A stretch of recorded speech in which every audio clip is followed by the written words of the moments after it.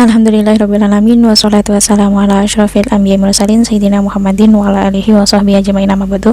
Puji syukur atas kehadiran Allah Subhanahu wa taala yang telah memberikan kita rahmat dan juga nikmatnya kepada kita semua. Salawat serta salam semoga tetap tercurahkan kepada junjungan kita Nabi besar Muhammad sallallahu alaihi wasallam, di mana telah memberikan kita kesehatan dan kemudahan untuk bisa berdialog, berdiskusi dan juga saling sharing. Semoga hari ini bermanfaat. Dan sekarang kita akan membahas tentang tips agar cerita menarik dan dilirik pembaca. Jadi pembaca dalam membaca karya-karya kreatif seperti cerpen maupun novel itu tidak hanya sekadar mencari hiburan, tetapi juga kenikmatan.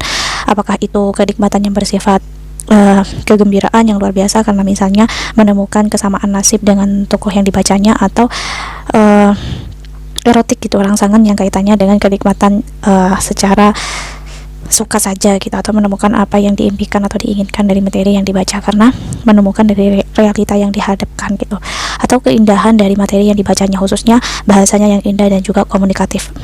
Jadi seseorang penulis itu menunjukkan bahwa pembaca dari kalangan apapun itu berselera gitu, dengan tema apapun gitu, mempunyai kriteria yang sama terhadap materi yang bacaannya itu, yang dibacaannya itu sangat mengejutkan, menarik minat gitu.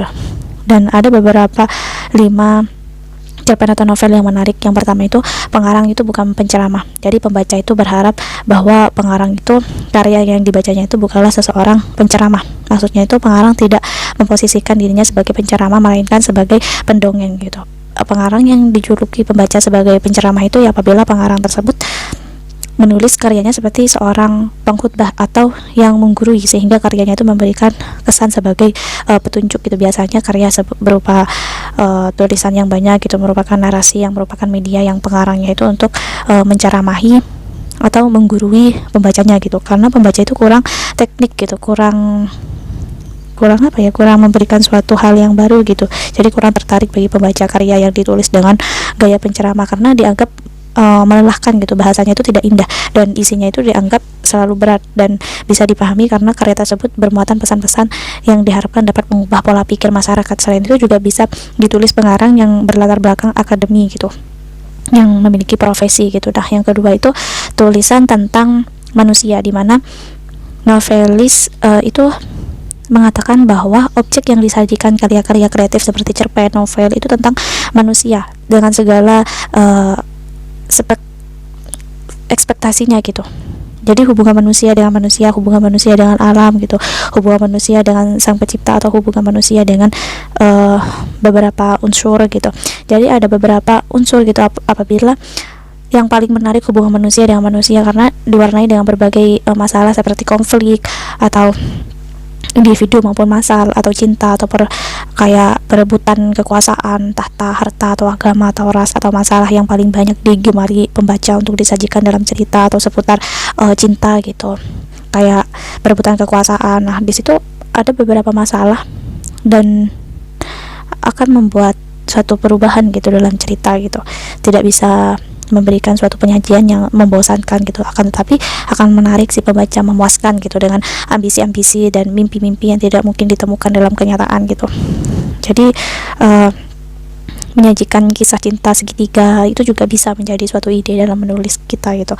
Dan selanjutnya itu gunakan setting yang memikat, dimana pembaca itu menyukai setting yang mengajak gitu, seperti ikut mengalami atau masuk ke dalam karya yang dibacanya gitu, kayak novel-novel pop di Amerika Serikat, atau dapat menjadikan bestseller karena novel-novel yang ditulis dengan setting alam yang memikat gitu. Jadi sebelum novel-novel pop itu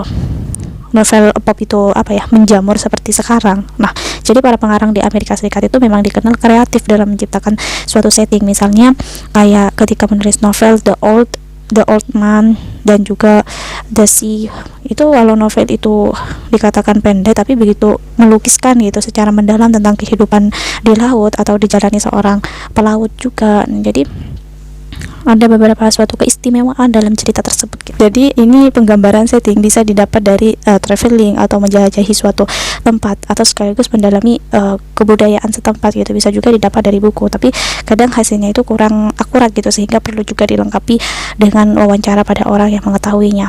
Selanjutnya itu tunjukkan kalian memang tahu banyak gitu, sedang tentang menulis gitu, atau status pengarang itu narasumber bagi karya yang ditulisnya atau karya yang merupakan rekaman segala informasi yang ingin disampaikan pengarang pada pembaca gitu. Pada dasarnya karya kreatif itu memang karya yang fiksi gitu, tetapi materinya itu bukan 100% dari fiksi, ada objek yang sesungguhnya. Maka dari itu pengarang itu perlu menyadari ketika sedang menciptakan karya yang sesuainya gitu, memikirkan kadar informasi pengetahuan yang akan disampaikan gitu untuk pembaca gitu. Di samping itu juga perlu difikirkan dampak materi yang dituliskan bagi pembaca dan tanggapan masyarakat. Sebagai contoh novel-novel yang sudah diciptakan oleh penulis yang sudah profesional gitu. Jadi banyak cara gitu untuk kita mempelajari bagaimana menulis gitu dengan menarik, bagaimana cara menyisihkan waktu untuk menulisnya. Pada dasarnya pengarang yang ideal itu memang harus tahu gitu bagaimana waktu yang harus dikelola, mampu menunjukkan kemampuannya yang berimajinasi sekaligus memprestasikan daya intelektualnya sehingga dapat berkarya dengan bobot kritis dan juga tampil penuh estetis juga. Dan ciptakan nama-nama tokoh yang mengesankan, tokoh-tokoh yang kita ciptakan dalam karya kreatif. Jadi diberi nama lah, tujuannya itu agar dikenal pembaca dengan baik. Selain itu juga mempermudah pembaca itu mengingat tokoh-tokoh yang dijumpai dalam karya yang dibaca gitu.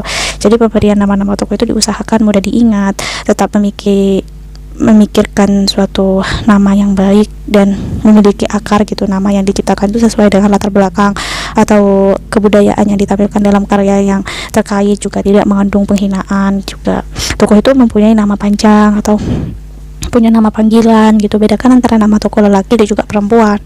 Ya memang ada pengarang yang tidak menamai tokoh-tokohnya itu, misalnya kayak Iwan Simatupang ketika menulis novel Merahnya Merah gitu.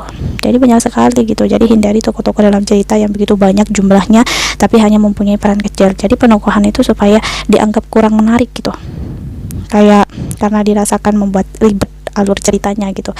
Jadi banyak sekali sesuatu yang kalian harus ketahui dan cara untuk memulai menulis cerita agar menarik pembaca gitu ya.